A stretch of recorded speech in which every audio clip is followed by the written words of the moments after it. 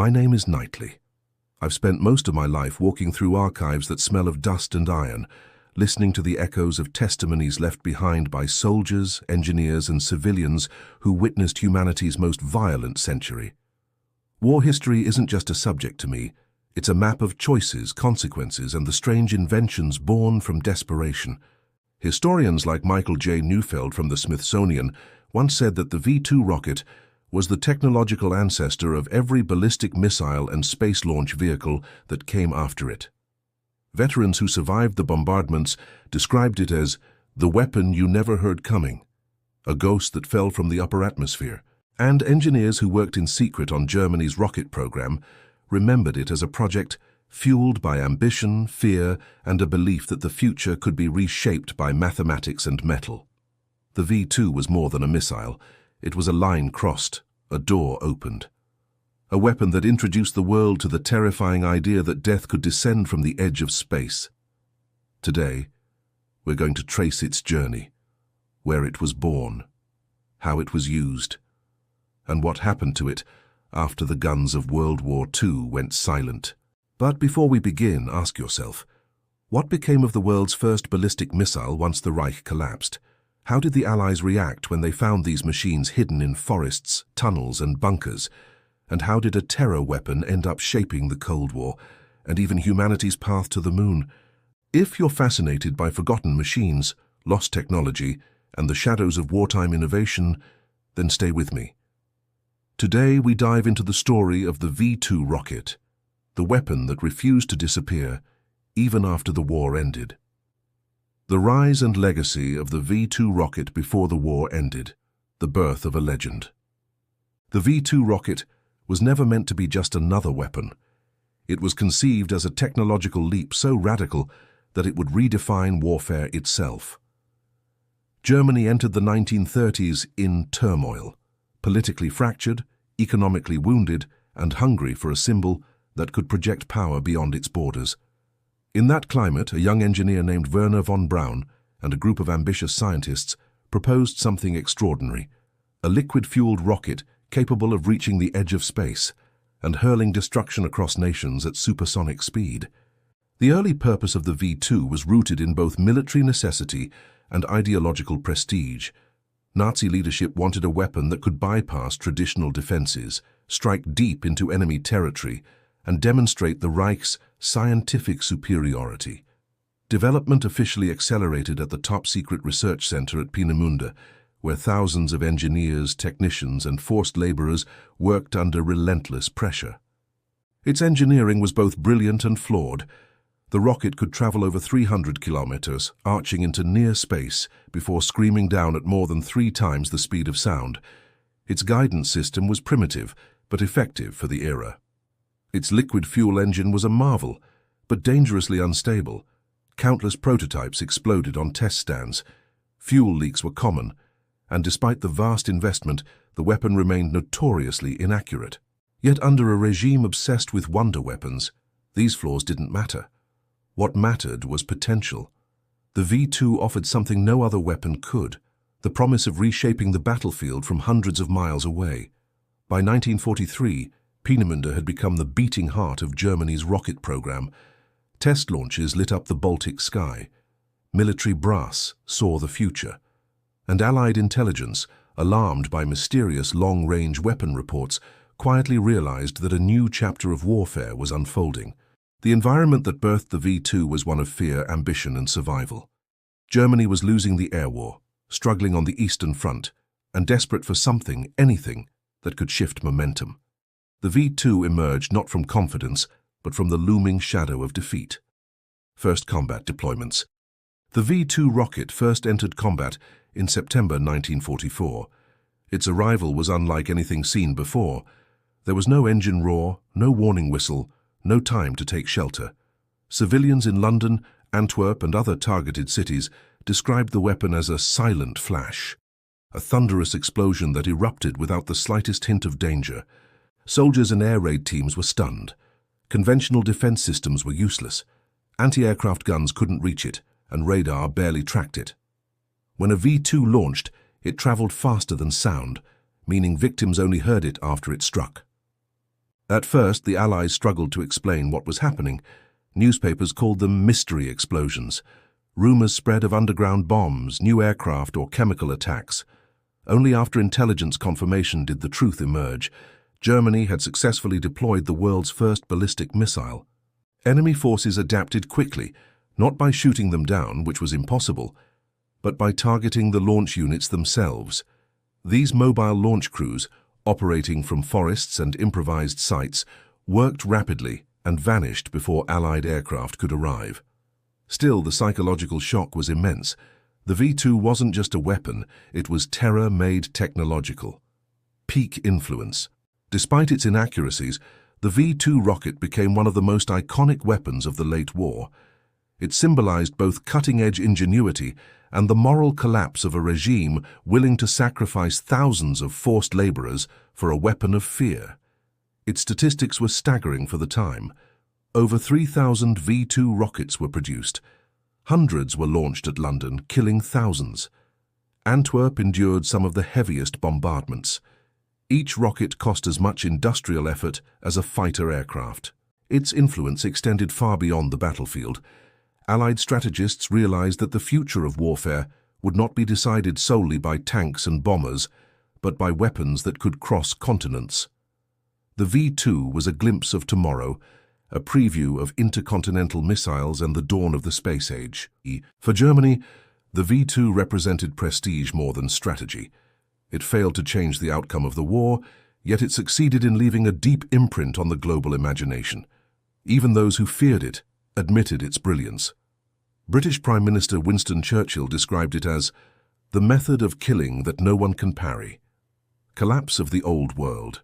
As Germany's war machine crumbled in early 1945, the V-2 program entered its final desperate phase. Resources dwindled, fuel supplies collapsed, skilled personnel fled or were captured. Allied bombing raids shattered production lines, and the once mighty Peenemünde facility was abandoned. The rocket's strategic significance rapidly faded.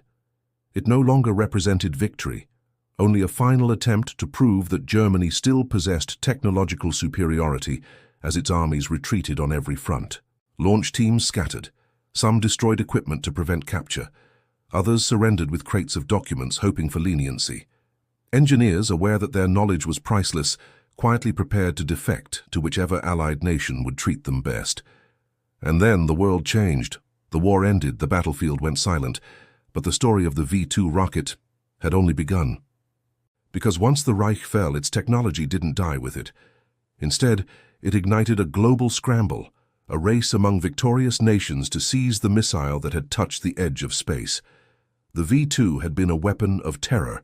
It would soon become the foundation of the Cold War, and ultimately the stepping stone to humanity's journey to the moon.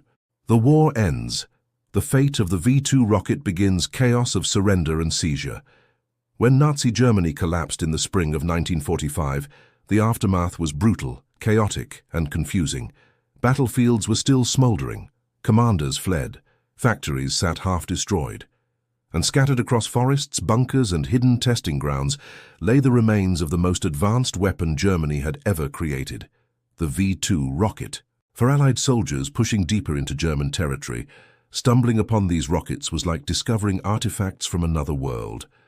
In underground tunnels stretching for miles beneath the Harz Mountains, they found assembly lines frozen in time. Some rockets stood completed, others half-built, and others stored in crates like dormant giants waiting to wake. In the Bavarian forests, launch trailers stood abandoned in mud, as if crews had vanished mid-operation. At ports along the Baltic Sea, barges filled with rocket components rusted silently, left behind in the chaos. The final days of the Reich were filled with frantic attempts to hide, destroy, or evacuate anything of value. Engineers burned documents, guards detonated storage depots, but the speed of the Allied advance made secrecy impossible. Within weeks, American, British, and Soviet units were uncovering V-2 rockets everywhere, from remote barns to fortified bunkers sealed behind collapsed concrete. For soldiers who had spent years fighting tanks and artillery, the sight of a 14-meter missile towering over rubble was surreal. Reports described troops cautiously approaching these machines, unsure if they were armed or ready to launch. Some V-2s were found upright on mobile pads, abandoned seconds before ignition. Others lay ripped apart by explosions triggered by retreating crews. The war was over, but the cleanup had just begun. And every discovery raised the same question. What exactly should be done with this weapon that could strike from the edge of space? The power vacuum. With the surrender of Germany, Europe didn't simply fall silent. A power vacuum opened, one filled with tension, suspicion, and hungry ambition. The victorious Allies had fought together against Hitler, but now they quietly turned into competitors. The V-2 rocket became one of the most sought-after prizes of the post-war world. At first, official policy aimed at destruction. Many Allied commanders insisted that all captured German weapons be scrapped to prevent any resurrection of the war machine. Orders were issued to dismantle and melt down stockpiles of rockets. However, this approach didn't last. The sheer sophistication of the V-2 made it too valuable to simply destroy. Intelligence agencies quickly realized its importance. Rumors spread among scientists and officers that whoever controls the V-2 controls the future. Suddenly, scrapping orders were replaced with classified collection programs. Teams were sent to secure everything: rockets, fuel lines, gyroscopes, blueprints, and, most importantly, the engineers who built them. The rivalry was sharpest between the United States and the Soviet Union. Both nations understood that possession of advanced missile technology would determine the balance of global power for decades. British and French forces also joined the scramble, though with fewer resources. In the ruins of Germany, Allied officers sometimes found themselves negotiating with engineers, offering information in exchange for protection. Former rocket specialists knew their value had skyrocketed overnight. They were bargaining chips, and every major nation wanted them. The war had barely ended when a new competition took its place. Not a war fought with bullets, but with ideas, technology, and the minds of the very people who had built the V-2. The technology race begins.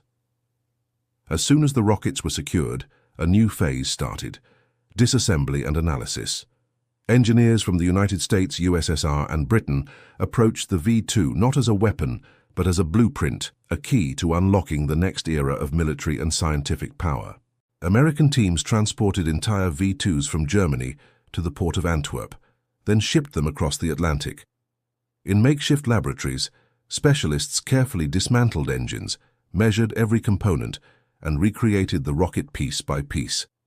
The US understood that mastering long-range missiles was no longer optional. It was necessary for survival in a world where nuclear weapons had just emerged. In the Soviet Union, engineers worked feverishly at test centers near Moscow and later at the massive facilities in Kazakhstan. Their approach was more direct: take a captured V-2, reverse engineer every bolt, and then create a new version with Soviet markings. Many of the USSR's early rockets, including the R-1, were essentially rebuilt V-2s with improvements. The British salvaged what they could, conducting their own tests and forming partnerships with American teams. Even France attempted to revive rocket research, using remnants found in occupied zones. These early studies were the foundation of the Cold War missile race. Every wire, every fuel pump, every pressure valve studied from the V-2 fed into new designs that would eventually evolve into intercontinental ballistic missiles capable of crossing oceans. Underground programs also emerged. Many details remain classified, but historians know that several V-2 components were tested in remote desert ranges, Arctic regions, and isolated islands. Some rockets were modified, extended, or equipped with experimental guidance systems. The V-2 was no longer just Germany's missile. It had become the genetic ancestor of a new generation of weapons. What had once been a weapon of war was now a blueprint for the future. By 1947, the world had transformed. The V-2 rocket, once launched from forests in Nazi-occupied Europe, was now firing into the skies of New Mexico, Kazakhstan, and test sites across the globe. Its original creators had been scattered across continents. Some worked for democratic nations, others served authoritarian regimes. A few vanished into black-budget programs that remained hidden for decades. The war had ended, but the V-2's legacy had just begun, reshaping geopolitics, advancing science, and pulling humanity into the space age. scrapped for resources. In the months after the war ended, the world faced a simple, brutal reality. Europe was shattered, cities were flattened, rail lines twisted like broken bones, steel, copper, aluminum, rubber, everything was scarce. And in this desperate landscape, the V-2 rocket, the most advanced weapon of its time, quickly transformed from a symbol of terror into something far more mundane, raw material. Across Germany, Allied teams entered abandoned storage sites, only to find rows of V-2 rockets standing silently like metallic tombstones. Many were incomplete, some were damaged by sabotage or failed launches. Others were intact, but rendered useless without their specialized fuel. For military authorities tasked with restoring order, these rockets represented more burden than asset. In 1945 and 1946, huge quantities of V-2 components were ordered to be melted down. Steel skins were cut apart with blowtorches. Aluminum frames were fed into furnaces. Copper wiring was ripped out and bundled by the ton. Even precision components, gyroscopes, turbines, pumps, were stripped for whatever valuable material they contained. Entire depots vanished overnight. One week a warehouse might hold 50 V-2 airframes. The next it held nothing but piles of scrap. These materials flowed into reconstruction efforts across Europe, becoming rails, pipes, beams, and factory tools. The irony was striking. Parts of the weapon built to destroy London and Antwerp ended up helping rebuild the very continent it had ravaged. By 1947, the majority of existing V-2 airframes inside Germany had been erased. Not buried, not preserved, not studied, just melted down quietly, quickly, without ceremony. If you asked a steelworker in Essen or Hamburg at the time, they might have confessed they melted something big, something strange, but they rarely knew it was a V-2. Many historians estimate that over 70% of all wartime V-2 rockets were scrapped within 2 years of Germany's surrender. Their afterlife was not dramatic, it was industrial, practical, and utterly unsentimental. But not all of them met a furnace. Some nations saw opportunity, captured by major Allied powers. The scramble for V-2 rockets wasn't just about possessing them, it was about understanding them. And for the major Allied powers, each rocket was a priceless data trove. United States. No country acted faster or more methodically than the United States. Operation Paperclip had already secured Wernher von Braun and many of his top engineers. American teams gathered roughly 100 complete V-2 rockets and thousands of components, shipping them to White Sands Proving Ground in New Mexico. There the rockets roared back to life. Between 1946 and 1952, the US launched dozens of reconstructed V-2s, collecting data on guidance systems, atmospheric pressure, and high-altitude physics. These tests directly shaped the Redstone and Jupiter missile programs and eventually the Saturn rockets that carried Apollo astronauts to the moon. The world's first weapon to enter space had now become humanity's first stepping stone into the cosmos. Soviet Union. The Soviets seized even more territory than the Americans, capturing production sites at Nordhausen, Peenemünde, and Blizna. They recovered at least 30 complete rockets and hundreds of tons of parts.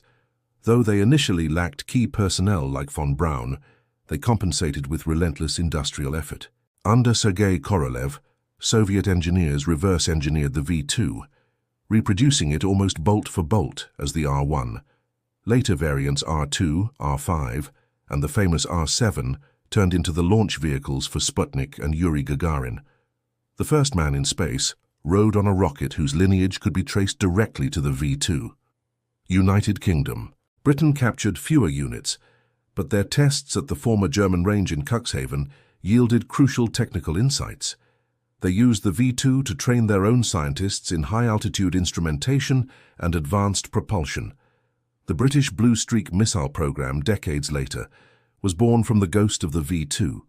The French recovered a surprising amount of hardware left behind in the occupied zone. With German engineers brought into secret collaborations, France rebuilt several V-2 derivatives in the late 1940s, laying the foundation for their future space agency, CNES. Others, countries like Poland, Czechoslovakia, and Canada, acquired parts, fragments, or technical documents. While none developed full rocket programs based solely on V-2 technology, These acquisitions enriched their scientific communities and Cold War research capabilities. The reach of the V-2 was global. Nations that had once watched it as an enemy now dissected it as a teacher. Secret programs. Not every V-2 went to a museum or a test range. Some disappeared into the shadows.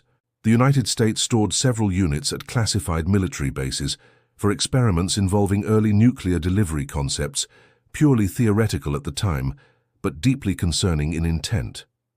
At White Sands, a few rockets were fitted with advanced telemetry and biological payloads, including animals, to study survivability at high altitudes.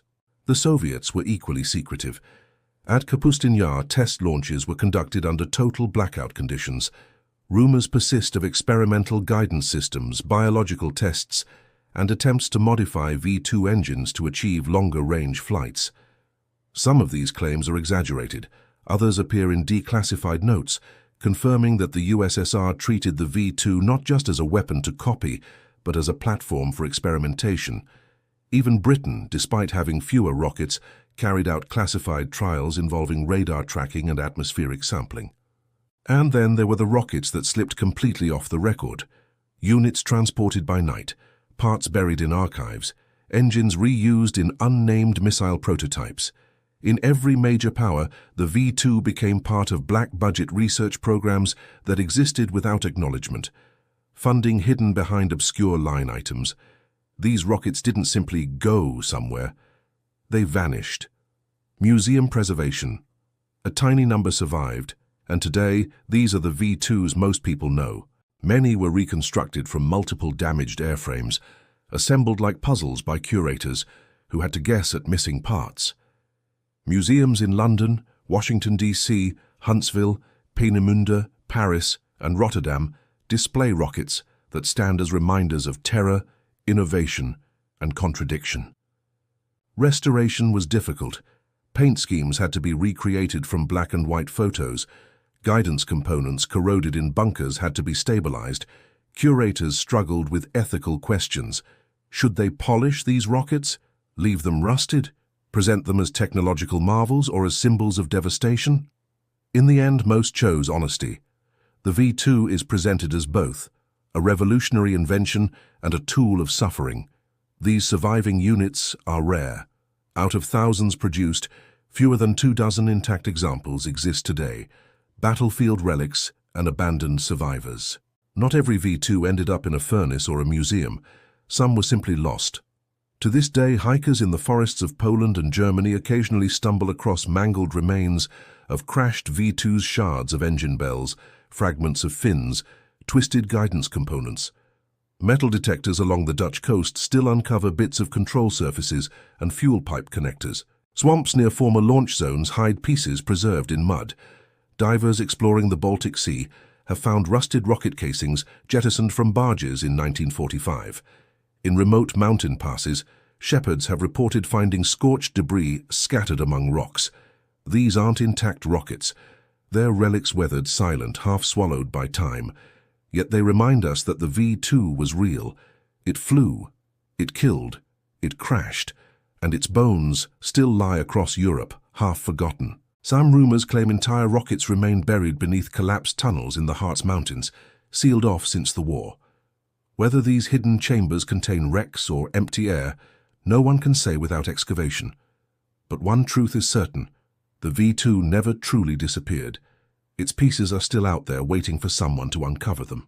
The story of where they all went isn't simple. The V-2 was melted, captured, studied, hidden, displayed, abandoned, and scattered across the world in fragments. No single ending exists. Instead, like the war that created it, the rocket splintered into many paths, each shaping the future in a different way. Influence on new military technology. When the war ended, the V-2 rocket did not fade into a historical footnote. Instead, it became the seed of almost every major missile and space program of the 20th century. The weapon that once terrorized cities became the blueprint for a new global arms race, one where altitude, propulsion, and guidance mattered more than tanks and trenches.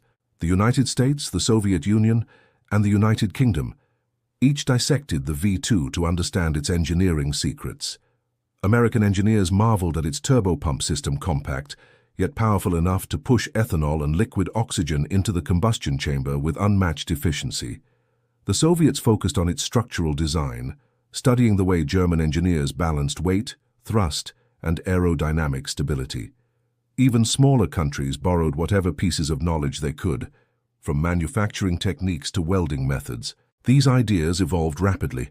The V-2's descendants took shape in the Redstone missile, in the Soviet R-1 and later R-7 rockets, and in dozens of prototypes tested across the deserts of Nevada, the steppes of Kazakhstan, and the coasts of Australia.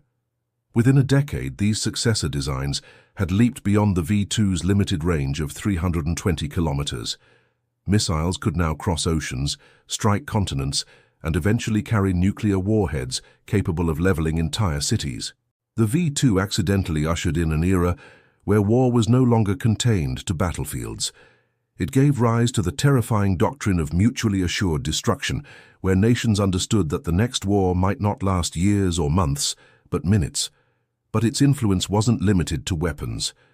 The same technology that once targeted London also laid the foundation for space exploration.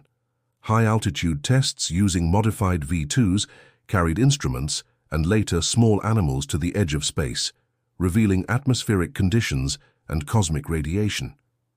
These experiments became stepping stones for satellites, lunar missions, and human spaceflight. It is impossible to trace the evolution of rocketry without passing through the shadow of the V-2. The world's first ballistic missile didn't just start a technological revolution, it changed humanity's relationship with the sky. Psychological and cultural impact. The V-2's impact wasn't measured only in kilotons or kilometers. It carved itself into the minds of an entire generation. For those who lived through the bombardments, the memory was visceral. Survivors in London described the silence before impact, a silence more terrifying than any siren. Soldiers who guarded cities during the war recalled scanning the skies without knowing what to look for. The V-2 didn't roar overhead like a bomber. It offered no warning. It simply arrived. This psychological shock carried into the post-war years. Governments produced films and pamphlets explaining the rocket threat. Schools held exercises to prepare for future missile attacks. Civil defense systems evolved around the principle that danger could come from the upper atmosphere, unseen and unstoppable. Writers and filmmakers were captivated. The V-2 appeared in post-war literature as a symbol of modern dread-cold, mechanical, detached from human emotion. In novels, it represented the randomness of survival. In documentaries, it marked the turning point when warfare became mathematical, scientific, and impersonal. Decades later, video games, television series, and museums continued its legacy. In popular culture, the V-2 became shorthand for the dawn of the missile age. Its black and white checkerboard paint scheme became iconic, a visual symbol recognized even by people who knew nothing about the war. Historians still debate its cultural significance. Some argue it represents human ingenuity twisted by ideology. Others see it as the bridge between terror and exploration. One machine that created fear and curiosity at the same time. Regardless of interpretation, the V-2 left an imprint on the world's imagination that has never fully faded. Political effects. Beyond engineering and culture, the V-2 reshaped politics in ways few weapons ever have. First, it forced nations to confront the uncomfortable truth that distance no longer guaranteed safety. Before the V-2, borders, oceans, and mountain ranges served as natural defenses. After the V-2, leaders understood that a missile could bypass every obstacle. This realization accelerated alliances and hardened divisions. NATO and the Warsaw Pact emerged in an environment where missile development was as important as diplomacy. Countries either joined a superpower's sphere of influence or risked being technologically outmatched. The defeated nations also had to reckon with their past. Germany, stripped of heavy weapons research under Allied occupation, faced the challenge of rebuilding its scientific reputation without repeating the mistakes of its wartime role. Former V-2 engineers who stayed in Europe found themselves navigating a new world where their expertise was valuable but politically sensitive. Meanwhile, the victors used the weapon's legacy differently. The US proudly integrated former German rocket scientists into NASA, presenting them as pioneers of peaceful space exploration. The Soviet Union framed its rocket program as a triumph of socialist science, downplaying the German origins while highlighting its own achievements. In diplomacy, the V-2 became both a bargaining chip and a warning. Its technology inspired international agreements like the Missile Technology Control Regime, MTCR, designed to slow the spread of ballistic missile capabilities. Even decades later, nations cited the lessons of the V-2 when negotiating arms limitations and discussing the ethics of long-range strike systems. The V-2 shaped political thinking by redefining what power meant. It was no longer just about armies or fleets. It was about reach, speed, and the ability to strike without warning. As leaders adapted to this new world, the rocket's influence echoed far beyond the battlefields it once terrorized. The war had ended, but the presence of the V-2 rocket lingered, shaping technology, culture, and politics long after its engine fell silent. The final survivors. By the end of World War II, thousands of V-2 components, test articles, captured rockets, and partially assembled missiles had been scattered across the globe. Most were dismantled, launched for experiments, or simply scrapped for raw materials. But a very small number survived the chaos of war, the scavenging of engineers, and the hunger of post-war weapons programs. These survivors, now displayed in museums across Europe and the United States, are the last physical echoes of a weapon that once terrified cities and reshaped global technology. Their stories form a quiet epilogue to the V-2's violent birth. One thing becomes clear when tracing these survivors: none of them exist by accident. Every preserved V-2 rocket was saved deliberately, usually by scientists, officers, or curators who understood the missile's place in history long before the general public did. In the late 1940s and early 1950s, while politicians were debating rockets as instruments of war or tools of exploration, museum curators and engineers were quietly gathering up fuselages, combustion chambers, guidance gyroscopes, and warhead shells before they were melted down. Many rockets were incomplete, so museums cannibalized parts from multiple units to create a single representative display model. In other words, most complete V-2s seen today are hybrids, assembled from the bones of machines that once lay scattered across Europe. One of the most well-known survivors stands in the Smithsonian National Air and Space Museum in Washington, D.C. It was assembled from components captured at Nordhausen, where slave laborers had built V-2s under horrific conditions.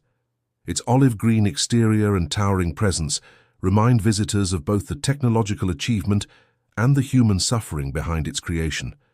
Engineers who helped restore it in the 1970s described the rocket as a puzzle with pieces from half a dozen corpses, a stark reminder that the V-2's legacy is inseparable from the brutality of its production. Another iconic survivor stands in London's Imperial War Museum, a city that suffered heavily under V-2 bombardments. It is displayed not as a celebration of technological innovation, but as a symbol of terror, endured and overcome. Visitors often remark on how quiet the missile looks, how deceptively smooth its skin appears compared to the devastation it inflicted. In interviews, survivors of the attacks frequently describe the terror of a weapon that arrived with no warning. For them, seeing a V-2 in a museum is not a technical curiosity, it's a confrontation with memory. In Germany, surviving V-2s take on yet another meaning. At the Peenemünde Historical Technical Museum, a restored V-2 stands on the ground where the weapon was first tested. The site serves as both a memorial and a reckoning. German historians emphasize that the rocket represents not only engineering prowess, but also the moral catastrophe of a regime that paired scientific ambition with mass murder. Exhibits highlight the labor camps, the testing accidents, and the civilian casualties, a narrative aimed at preventing technological awe from overshadowing ethical lessons. Outside Europe, several rare survivors are found in the United States, where captured V-2s played a crucial role in the birth of the American space program. At the White Sands Missile Range Museum in New Mexico, one can find restored examples alongside replicas built for early missile testing. Many of these rockets flew in the late 1940s, carrying scientific instruments instead of explosives. They delivered the first motion pictures of Earth from the edge of space. providing images that would later inspire generations of astronauts and scientists. These surviving rockets tell a story of transformation, from weapons of fear to tools of discovery. There is also a V-2 displayed at the Deutsches Museum in Munich, stripped open to reveal its components. Visitors can see the turbopump that devoured fuel at 40 liters per second, the combustion chamber that burned at temperatures hotter than molten steel, and the crude yet revolutionary guidance system that made the weapon semi-autonomous. Standing before it, one can trace the lineage from wartime terror to modern spaceflight. It is a reminder that powerful technologies cannot be separated from the context in which they were born, but they can evolve beyond it. A handful of other survivors reside in smaller museums, military collections, and research institutions, each offering its own interpretation of the V-2's legacy. Some emphasize the missile's technological impact, others focus on its wartime role, and still others treat it primarily as a historical artifact born of human suffering. But collectively, these survivors perform the same vital function. They anchor the V-2's story in physical reality. They prevent the missile from fading into abstraction or myth. These rockets, silent, towering, and cold, no longer carry fuel or explosives, yet they remain dangerous in a different sense.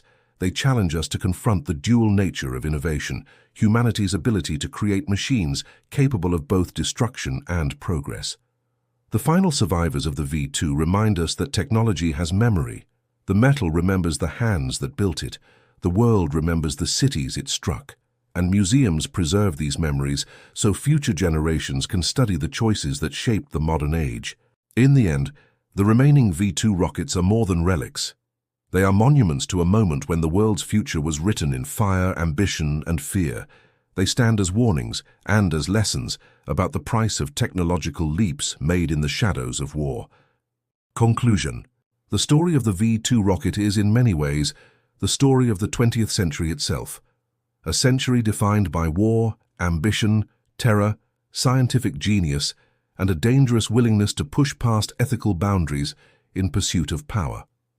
When we follow the arc of this machine, from its conception in the minds of young idealistic rocketeers in the 1930s, to its weaponization by a totalitarian regime, to its rebirth as the foundation of human spaceflight, we see the strange duality of technology laid bare.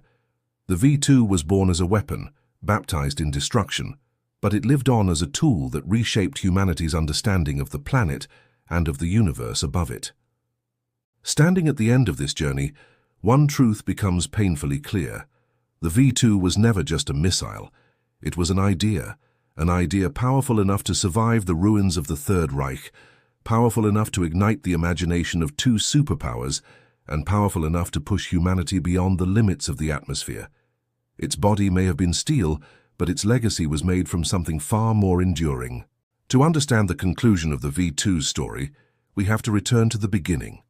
Not to Peenemünde or Peenemünde West, not to the tunnels of Nordhausen or the firing tables at Blizna, but to the minds of the people who created it. Werner von Braun and his team didn't imagine their rockets raining down on London or Antwerp. They imagined the stars. They imagined exploration, speed, altitude, and breaking the chains of gravity. Ambition came with a heavy cost in Nazi Germany, moral compromise. The regime looked at rocketry and saw not exploration but opportunity, a way to terrorize cities, a way to strike from afar, a way to bypass defenses. And yet even then, the V-2 never truly belonged to the regime that used it. Its potential was too great, too far-reaching, too full of possibilities that even its creators couldn't fully predict. When Germany collapsed in 1945, the V-2 didn't die with it. Instead, the rockets scattered like seeds, some to Moscow, others to Washington, others hidden away in caves and bunkers. What happened next was one of the strangest transformations in the history of warfare. A weapon designed for fear became the foundation for exploration. This transformation wasn't smooth, nor was it guaranteed. After all, the world emerging from war was traumatized. Cities were shattered, millions dead, and the memory of V-2 strikes was still fresh. For the people who lived through those attacks, the rocket wasn't a scientific marvel. It was a silent killer, a weapon that fell without warning. Its trajectory was invisible. Its sound arrived only after the explosion, and its purpose was simple: to break morale. But history doesn't stand still. Nations rebuild, technology evolves, and over time the world came to understand something remarkable. The V-2's design had solved engineering problems that no other country had solved yet. Supersonic aerodynamics, cryogenic propellants, turbopump engineering, gyroscopic stabilization, vertical launch structure, re-entry heating, rocket staging concepts. The list goes on. In a way, the V-2 was the first true machine of the future, a machine whose potential extended far beyond its violent purpose. When the United States and the Soviet Union divided the remnants of Germany's rocket program, they weren't just collecting weapons, they were collecting knowledge that would soon define the Cold War. Operation Paperclip brought von Braun and his team to America. Operation Ossoaviaki moved German engineers to the USSR. Both superpowers took captured V-2 rockets and began experimenting, launching, testing, disassembling, rebuilding. They weren't looking backward. They were looking forward, toward missiles that could travel thousands of kilometers, toward satellites, toward spaceflight, toward the moon. And so the V-2 entered its second life, one far more complicated and far more influential than its first. Scientists strapped cameras to its nose and captured the first photographs of Earth from the edge of space. They lofted biological samples, atmospheric sensors, radiation counters. They launched it into the stratosphere to study cosmic rays, ultraviolet radiation, and the thin, cold layers of the upper atmosphere. In the hands of post-war scientists, the V-2 didn't bring death. It brought discovery. But even as the rocket evolved, its shadow never truly disappeared.